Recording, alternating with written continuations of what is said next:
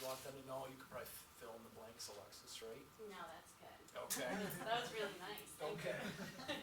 Are we, but we don't have a clicker yet? Not yet, Brian's getting batteries. Or you could be my clicker. I can. All right. So, I have founded a nonprofit organization called Pharm. Who's heard of Pharm? Yay, that's pretty good. Not bad, like a third or half of the room. First of all, my personal story and what brought me to the world of advocacy and trying to make a change for others for the better is that I lost my oldest son, Jeff, to a heroin overdose in August of 2014, and he was 28 years old. So I will briefly tell you his story. Here's a quick, maybe. Yeah, there we go. I might have did it twice. Is that where you want to be? Yep, that's perfect. So that's my son, Jeff. He grew up in Hancock until he was 10, and then we moved to Windsor. And I hope the pictures just kind of give people a sense of the type of life that he had and the family that he grew up in. We live in suburbia America. I'm college educated, I'm a structural engineer. He grew up in a middle class family. We had dinner every night at the table, just like we're all supposed to do. And he played sports, he wrestled, he played football. He was, a super popular kid in high school. He was in the high school play, he was in the yearbook. He was just one of those kind of all-American great kids. He successfully graduated high school, and he went on to college where he studied culinary arts and restaurant management, which he was unbelievably passionate about. And you can click, there's a few more that are like one by one, just because I really like showing his food. And I miss it so much. So he, when he was in college, he also wrestled and played football, so he's not a slacker at all. He was a really busy guy. He successfully finished college and graduated, moved to Ithaca, worked at great restaurants, and had his own apartment, paid his own bills. So everything seems just hunky-dory to me, right?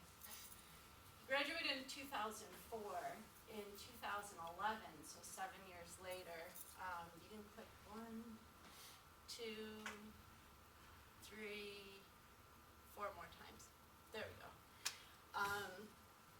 I have 2 other sons. So Jeff is my oldest son, Johnny's my youngest, Jason's my middle son. They're all tiny, as you can see. So he stayed close with his family the entire time. He was really, there was something about him that's different than a lot of kids. Like, he loved his family deeply. He loved his brothers. Being a brother was extremely important to him. So this 7-year span of time, 2004 he graduated high school, 2011 I get a phone call that says my son, who other than speeding tickets has never broken the law, was arrested for burglarizing houses. He worked a full-time job at that time. He closed the restaurant that night, and his need to feed his heroin addiction exceeded his income. And he was, in fact, stealing from people, cars, houses, whatever he could do to support his habit. I really shouldn't say habit. At that point, probably most of you know, anyone who's addicted to heroin, it's not really a habit or something that they really have much control over by the time that they're fully addicted. So as it turns out, Jeff became addicted to Oxycontin after a football injury in high school. He was prescribed Oxycontin. That was 2004. Nobody talked about it. Nobody knew about it. And he kept his addiction a secret, I think, because he was embarrassed and was afraid of the shame and stigma associated with it. His addiction progressed to heroin, which is a very common thing for people who become addicted to narcotic painkillers. And, like I said, his need exceeded his income, and so he turned to criminal activities. So my experience of losing Jeff really, it made me start to seek answers, find out how big this problem was, who else is going through this, and I joined some online grief groups to try to help myself through the grief, and found out, sadly, I'm very much not alone. So, go to the next slide. And, I joined this grief group and found that these faces were being added day after day of all these other, beautiful young people who were losing their lives to opioids or heroin or some form of an overdose. And once I realized the scale of this problem and found out that it was really an unbelievable epidemic, then I started trying to figure out, because I'm an engineer, I think, well, what's the problem? Like, how did we get to this point? So I started really digging in, trying to figure out the answers. We can click again. So that's what propelled me to advocating for change, because when I started Truth Pharm, I started it kind of by accident. I started making these awareness videos of those beautiful people whose lives were lost. And it was like we were getting so many views and people were so compelled to ask questions and to talk about it that I realized I'm starting something. It was really an accident. And so I kept trying to figure out, and I was talking about it at home, and I said, you know what, if I'm going to start something, I don't want to be another organization that's just desperately trying to pick up the pieces of some deeper problem. I want to try to affect change so that we don't keep having the problem. And I applaud everyone who does the work to pick up the pieces, because like your organization is one that has to go around and pick up the pieces of issues like this. And we desperately need that, but we also need people to attack the root of the problem. So that's what propelled me to start taking action and advocating for change. So, again, oh yeah, I can do that. So just to give you an overview, and I think a lot of you know that the epidemic is actually an epidemic and it's really out of control, but to give you a sense of scale, what's going on here. In 1999, this is opioid overdoses alone. So does everybody know what opioids are? Yeah, so like prescribed opioids would be like Vicodin, Percocet, Oxycontin, Opana, those would all be prescribed. And then heroin falls into the class as well, morphine. Okay, so in 1999 there was 8,000 deaths due to an overdose in the United States. In 2015, again, this is only opioids, it doesn't count for benzos and things like that. It's all the way up to 33,000, which is crazy, so 4 times as many deaths. And again, being an engineer, I'm sorry, I can't help notice stuff like this, but you see the slope of that line. It's not flattening out, it's not doing one of these, it's continuing to go up at a really terrifying rate. This is the fastest growing cause of death in the United States, and it actually has lowered the life expectancy of a white man in the United States. This combined with suicide rates, which is pretty crazy. How bad is the problem in New York State? Well, if any of you are from a smaller town than Binghamton, you might know, like, there's towns with a population of 2,000 to 3,000 people. We're losing about a town per year right now in New York State. So, and that's, oops. This was happening to me, another thing. I don't know what I have going on with this. But anyway, sorry about that. So we're losing basically the equivalent of a small town every year in New York State to overdoses alone, which is terrifying. And that doesn't even come close to accounting for the total actual human loss. And I think that's really important to talk about, because a lot of people just talk about overdoses alone. There's so many other deaths that are not being accounted for. So suicide is one. We hear these stories a lot, and it's so heartbreaking that someone can't get the help that they need, or they don't think they can get well. They become so desperate they commit suicide because they cannot live a life of addiction anymore. Sepsis, heart issues due to the impurities in their bloodstreams, hepatitis C, infant fatalities, Broome County alone, if you look, there's a report on infant mortality in Broome County. I read it and it's pretty disturbing. I lost my own grandson in this epidemic to suffocation. So I lost my grandson 6 months before I lost my son. And he was accidentally suffocated due to the mother's boyfriend laying over him. So I know personally that infant fatalities are also a part of this epidemic. So I read the Broome County infant mortality report, and that report talks about deaths of infants. I don't even think they're accounted for in this epidemic, but there's many that say they died because of the parents' substance use, so things like my grandson being like slept over. And then there's infants who also died of drug overdoses themselves. And we also know that the infants that are being born are not as healthy as others, so they're prone to more complications. Car accidents, crime, drug deals, etc. Then things that are like coroner's call. So they might call it a cardiac arrest or something like that rather than a drug overdose. And then other, so other is, I'll tell you a really horrific, sad story. This is Hannah. And Hannah was a person who had been addicted to heroin, and then she recovered, and then like a lot of young people do, she thought she could kind of dabble and control her use. And she was a very successful college student, was about to graduate, had a super high GPA, and she was using uppers for multiple days to stay awake, to get a whole bunch of schoolwork done, and then she knew she needed to sleep, and she knew that heroin would help her sleep. So she took a very tiny dose, and the coroner confirmed that it was a very tiny amount of heroin, not enough to kill her. And she finally fell asleep after this 3 days of staying awake, face down in her down pillows, and she suffocated because she didn't roll over. So it's a devastatingly heartbreaking story, but part of what upsets me is that she's not counted. So, that's a death due to the epidemic that's not counted, and imagine how many other stories there are out there. So when we hear of, New York State is losing the equivalent of a town per year, we're probably losing 3 or 4 towns per year due to this epidemic. It's really that bad. So what's wrong in New York?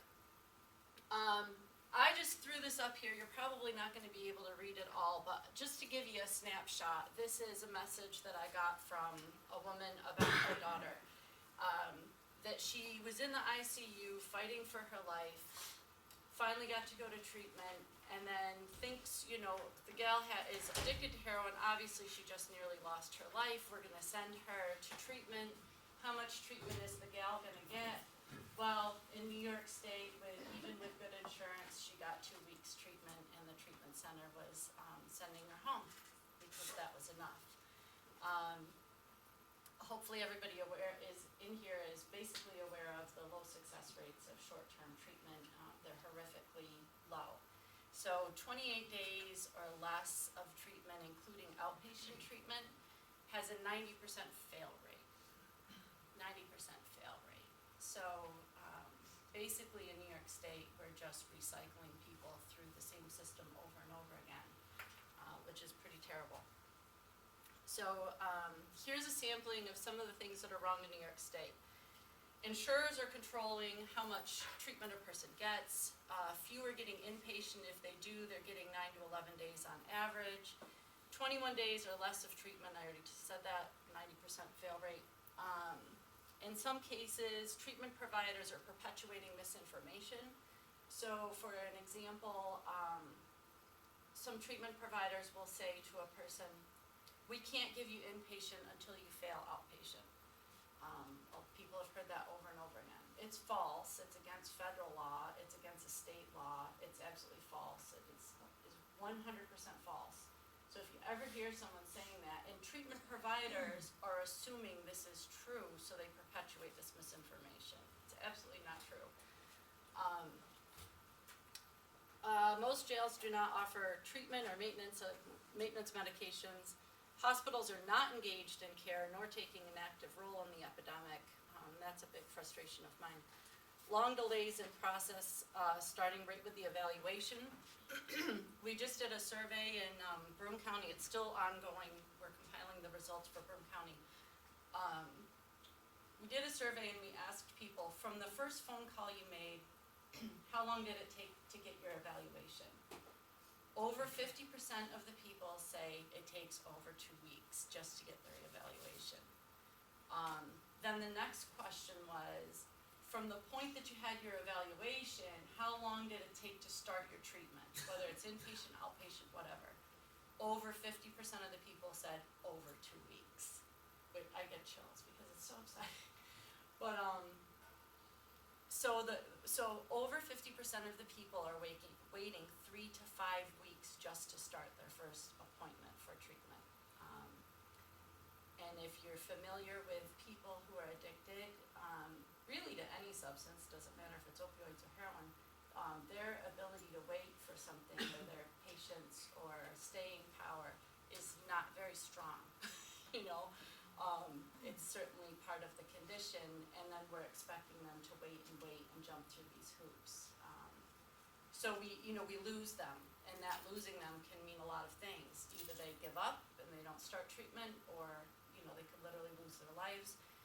In that same survey that we are taking, so it's online if anybody wants to have somebody fill the survey out, we would love to have more answers. But in that same survey, we asked questions like, while you were waiting for treatment, did any of these things happen to you? Did you ever get arrested? About 50% of them, yeah. Did you ever overdose? 40% of people report that they've overdosed while waiting for treatment, and were revived. What was the other question? Oh, contemplated suicide, about 65%. How sad is that? Just because they're waiting for treatment. So those are some of the problems. Let's see, barriers to treatment cause a person to give up and keep using, mentioned that. And then families in crisis tend to make poor decisions because they don't know what to do. They're desperate. They think your kid comes to you and they say, I'm addicted to heroin and I need help. And if a parent hasn't been through this process yet, they think this is going to be a simple process. I'm going to get you help. A lot of parents also don't realize that that child, whether they're 15 or 40, they can't stop using until you get them help. Like, if they could, they would have, right?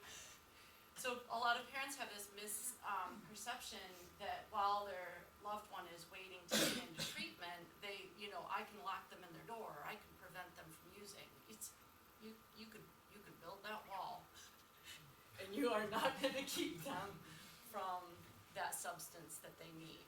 So parents end up making a lot of poor decisions, not because they don't, but because they don't know what to do and they're desperate. A lot of times they're getting kicked out of their kids are getting kicked out of their homes. Just situations that actually make the problem a lot worse. So I believe change really needs to happen at a legislative level and at all levels of government. You all can keep doing what you're doing, which is what we need in the community to help people heal. Same with the treatment centers, we desperately need them to do their jobs and help people heal. Volunteer organizations, nonprofit organizations, grassroots organizations, we all have to do what we can as individuals to help in this epidemic. But to fix these serious problems, this is at a legislative level. This is a level where the government absolutely needs to respond. We need budget, I'm sure that you all know that. We need budget, and we actually need law changes that are going to have a major impact in families' lives. So this question, but isn't it illegal? I get told this all the time because, like Will said, I kind of get out there. I get myself into a little trouble every now and then. And even on my personal Facebook page, which, by the way, even if you work for a nonprofit, even if you're the executive director, like myself, I'm still allowed to be my own independent person and have my own independent political views, which a lot of people aren't very happy with. So I literally, get when I'm speaking for myself. So Alexis Plus on my Facebook page, speaking for myself, I will get messages to my private self saying, you better be careful, you're gonna lose your nonprofit status because you can't blah, blah, blah, blah, blah. Well, that's absolutely, one, it's false. I, as an individual, am allowed to have, a personal opinion. But people also have this misperception that nonprofit, organizations are not allowed to lobby or advocate. And that's false. That is absolutely untrue. And in fact, if you research it, you'll find that nonprofits are specifically encouraged to advocate and to lobby because, for one, how the heck are we gonna outweigh the voices of the corporate world, right? Now they have the same level of persona as individuals in political lobbying. We have to be able to have a voice. We have to be able to outweigh. We're also the ones out there doing the work and caring for people and taking care of them. We know the problems with the system. We're the ones who came about because of the problems of the system. So if we don't speak out, how are they going to know what the problems are? So we really have, in my opinion, a high level of responsibility to make these problems known. So just to give you the legal breakdown, you are allowed to lobby or advocate, and this is breaking down the formal legal law into something that's a little more legible for all of us to swallow, because if you go and read all the pages on the IRS, it's not pleasant. And this is the reference. But anyways, so, oh wait, what did I do? Lobbying, I skipped this one first. Lobbying is the first one. So lobbying is attempting to influence legislation. So you're trying to change a law, you're trying to affect actual legislation. That's lobbying, okay? And this is the blah, blah, blah. Okay, what's advocating? Advocating is anything that didn't meet the prior criteria. Advocating is things such as this. This is not legislation. This was the Broome County budget. We were requesting that they would use new funds towards treatment, and they didn't want to. So we posted this and we encouraged people to show up with signs and to write their legislators and to tell them that we really needed new funds towards addiction treatment. That is advocating because we weren't affecting legislation, but that's advocating and that's legal. Absolutely, you're allowed to do that as a nonprofit, and absolutely, we have to. Like, people have to make their voices heard. What is expressly illegal is intervening in a political campaign for any specific candidate. So, Pharm wouldn't be allowed to go out and, try to get Trump elected.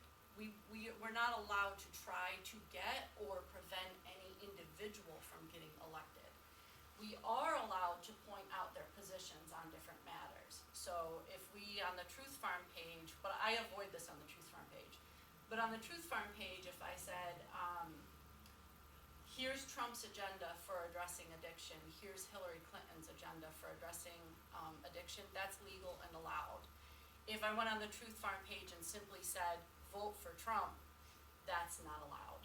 So that's the difference. So just to clarify, we actually have been, well, I told you, we've been threatened multiple times to have our nonprofit status pulled. There was a local particular political party who actively worked to do that, and we had an attorney review all of our activities, and they're all within legal bounds. So that is the difference. Any questions about those things? Because it can be like kind of confusing, but I don't think it's confusing. I think it's pretty simple. But if you will hear it like from people saying, no, nonprofits are not allowed to do that. False. Like, you are allowed to do it. Okay, so what has Truth Pharm done? I just wanted to give you some examples, and Will printed out and gave you an example of what we used last year when we went to Albany and lobbied for change. So We created a list of changes needed in New York State, primarily legislative changes. So some of those changes would not be legislative, some of those would be legislative. And then we also created a list of emergency measures, because when you're meeting with individual assembly people or senators, they don't have the time to go through a 40 item list. You don't want to overwhelm them. However, we thought it was important to give them what we felt was a pretty comprehensive list. But we created an advocacy agenda that was for the day that we went. We had on the back side of one of those pages, it was emergency measures in New York State. So we had something that we could actually get them to focus on. And then an example of advocacy that we've done, we wrote to, so this is separating what's the difference between lobbying and advocating.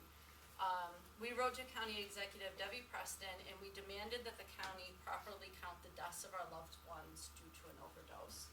So that's considered advocacy because it's not trying to make a legislative change. It's just expecting an elected official to do something we felt was proper.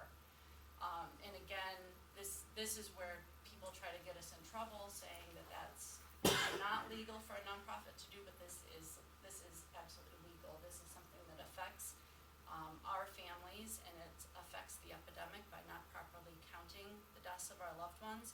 And so that was strong advocacy coming out and saying, no, you're going to do this. And we were successful. Yay. Not to get her to, but the district attorney started counting them. So this is my little silly thing. How to lose friends. But influence people. So I've lost a few, I've made a few, and I don't care. At the end of the day, you kind of have to decide who you want to be friends with anyways.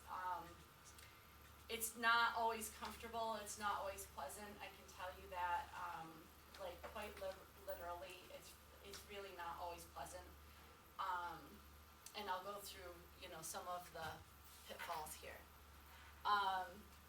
So these are different. I just threw a couple pictures on here, the difference between, again, advocating and lobbying and what Truth Pharm has done. So we went to the Washington, D.C. march, and that's advocacy. We went to Albany and lobbied for bills, that's lobbying. Here's what some people don't like when you start to advocate and in a very public way. Sometimes you end up exposing other people's feelings, and that doesn't make a lot of friends. So I don't know if you can read that. I don't know that I can read it to you. This is kind of mean of me to put this up here, but again, this is the face of Truth Pharm, and this is literally what we do when we feel is important. So there was a news conference, and Broome County Mental Health Commissioner and Social Services Commissioner Art Johnson was asked if the warnings, because Truth Pharm had asked the county to issue a warning that there was a spike in overdoses. So we specifically formally asked the county to issue a warning to the public. They refused to do that, and then they had a news conference, and his comment was, he was asked if warnings should be issued about spikes in overdoses. He responded, "The warning is already out there, don't do heroin." So we were kind of appalled by that, because it truly, it's not just that statement is wrong. The problem is it perpetuates stigma. So there are so many people out in the public who believe that people can just choose to not do heroin. Once a person is addicted, that is not the case. There's no choice anymore. There really isn't. They can make a choice to try to get on a path to recovery, and then their path might be successful. They might, that might be a choice to try to make that attempt to get well.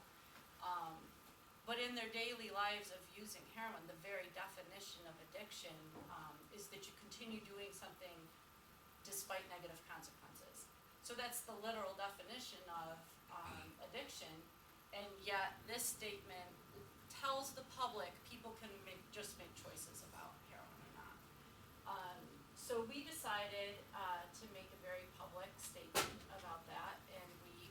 this on our Truth Pharm page. This is how to lose friends. I don't think we would have been great friends anyways, but whatever. We photoshopped this little just say no button so that try to stress the point. So when you advocate, a lot of times, so this was very direct, right? Sometimes what we do as an organization may not be quite as direct in calling a particular person out on their actions, but it may expose other agencies within the county to their failings, maybe child's protective services, maybe family services. Like by advocating for a specific change, even if you're not naming a department or a person, a lot of times it will expose their failings or their weaknesses, and it's gonna make people angry. But how do you make change happen? Like you kinda have to expose the failings, otherwise you're not going to create change. This is just kind of a joke. There's a right and a left, and they tend to stick together. So that's kind of my heed and warning. Some of these things are like lessons to self, that we make a very strong attempt at Truth Pharm to, it's always about the issues. It's not about the party, it's not about the person, it's not about the specific elected official. It's always specifically about the issues. I thought very naively that every elected official would understand that. If sometimes I'm saying, Fred Akshar did a great job on this, Debbie Preston did a bad job on this, Stephen Cornwell did a great job on this, I assumed that they would all recognize that when they do something well, they get credit. When they do something poor, we'll call them out on it. And to me, it wasn't a party affiliation. It's about the facts. But I missed this. I missed that in Advocacy 101. Parties stick together. So if you, just as a heed and warning, if you call one out on an issue, probably the rest of them are not, you're not gonna be popular with the rest of them, and the right and left are both, they're equally at fault for doing this. So, just as that's a lessons learned kind of thing. The web, not the interwebs, but the web, and I know that you all know this so well, the web is incredibly complicated. So within my world, which is the treatment world and addiction world, and certainly within your world, it's the same. It's so easy to step on toes when you don't even realize you're stepping on toes. Because all of these agencies and all of these organizations are so interlinked. So as soon as you call, one organization out, all of the sudden, you don't realize how complicated and how involved all of the other organizations can be. So it's very easy to accidentally alienate people in other organizations, which is sad, I think, but just as a heed and warning. You may risk funding. That is absolutely real, and that's part of why I also put this on here. As soon as you start making enemies out there in the world or calling people out on their faults, you're probably going to be skipped on funding, or you're not going to be included in a block grant and things like that. They won't think that you're a good player. So that's a very real thing, especially when you go back to that comment about the right and the left stick together. So if you've kind of upset somebody who's in high power of a certain party simply by criticizing somebody else in the same party, and they're the ones who have the financial purse strings, they might close their purse strings when you come around, just as a FYI. It's really hard work to maintain relationships. So we at Truth Pharm have, we continue to do that. That's hard work. It's really there was this misperception, when we first started advocating that because we were saying people were not able to be successful in treatment locally, that we were insulting local treatment. That was not the case at all. It's not the treatment that we're insulting, it's the fact that New York State laws are set up to favor insurance companies. The treatment provider, I'm certain they want people to get well. It's not their fault that insurance is saying they won't pay for any more treatment than they currently are.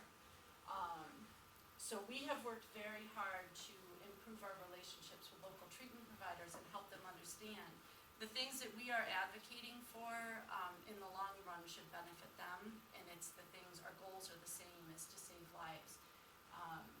But it's really important.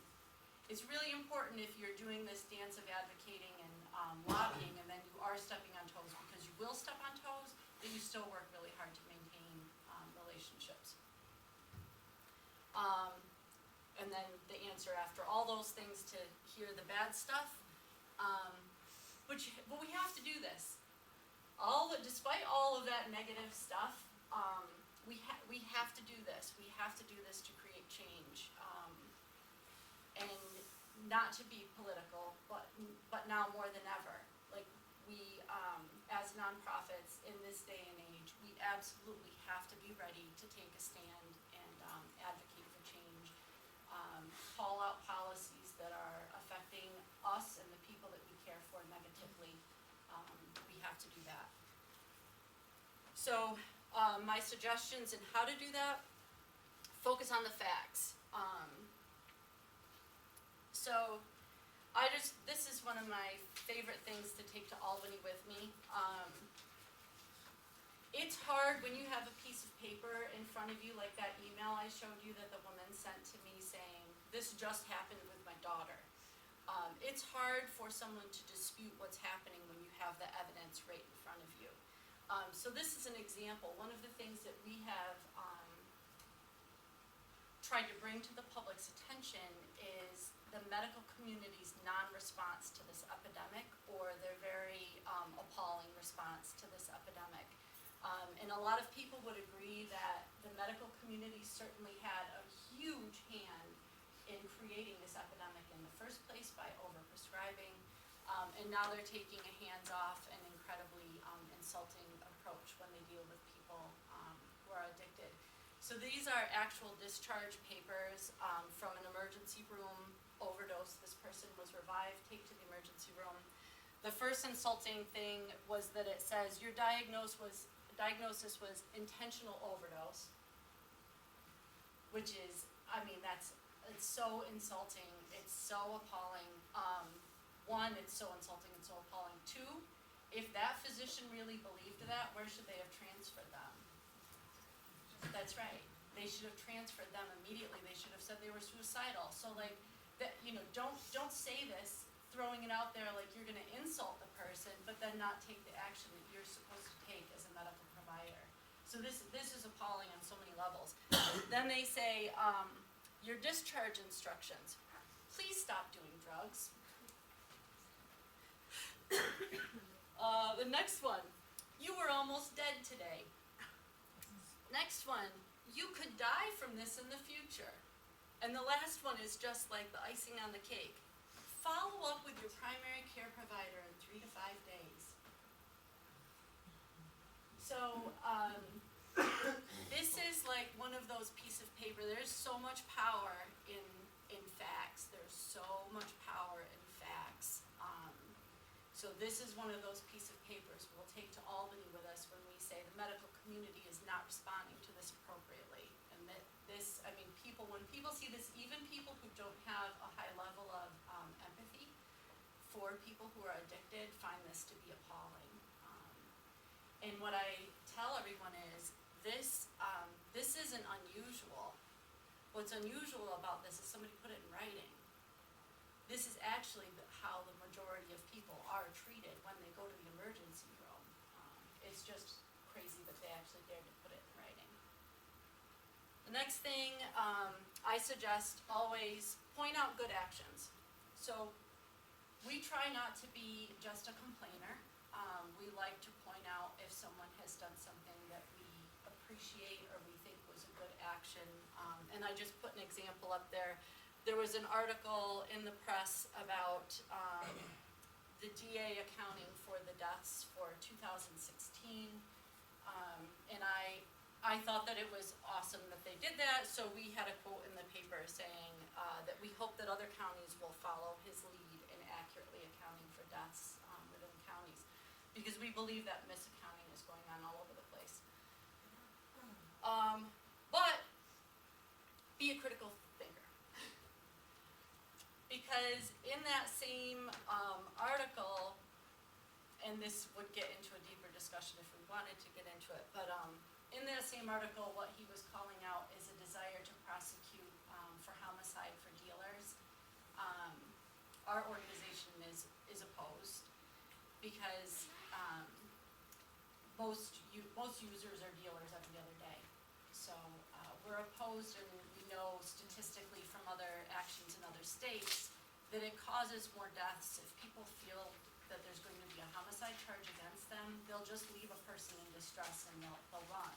They won't stay and they won't call for help. So it will cause more deaths if we pursue homicide for dealing charges. So in that same article, you know, we're going to call out the fact that, okay, that's great that you did this, however, we're really concerned about the possibility of taking an action of homicide for dealers. So in being a critical thinker too, like, it's really easy, let's say you're a fan of a political leader.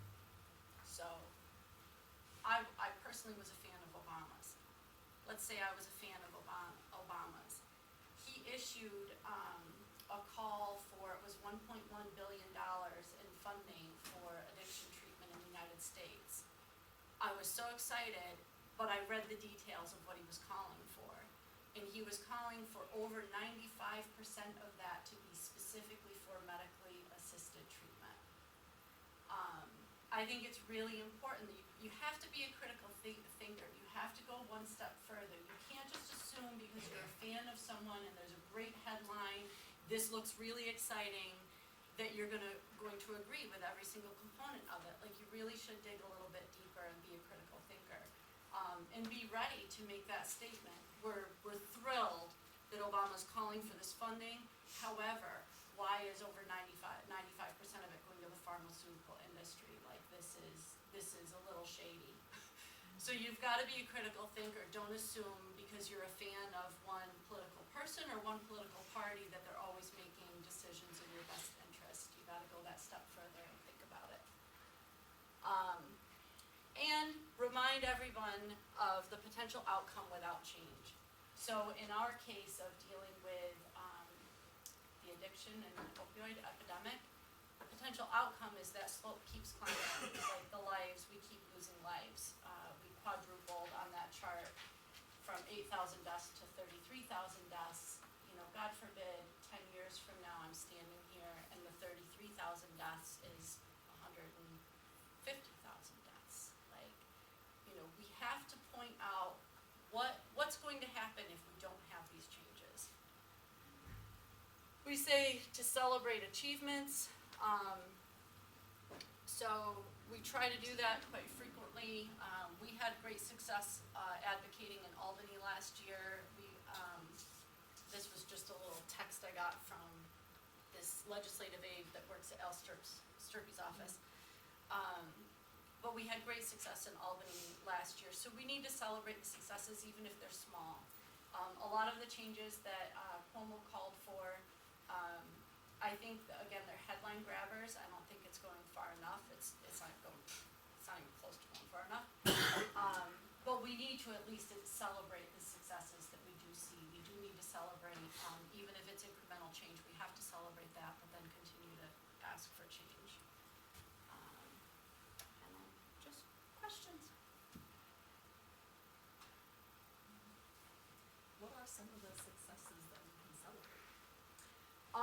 So we can celebrate that the end of the last session in Albany, two big things happened in Albany last year.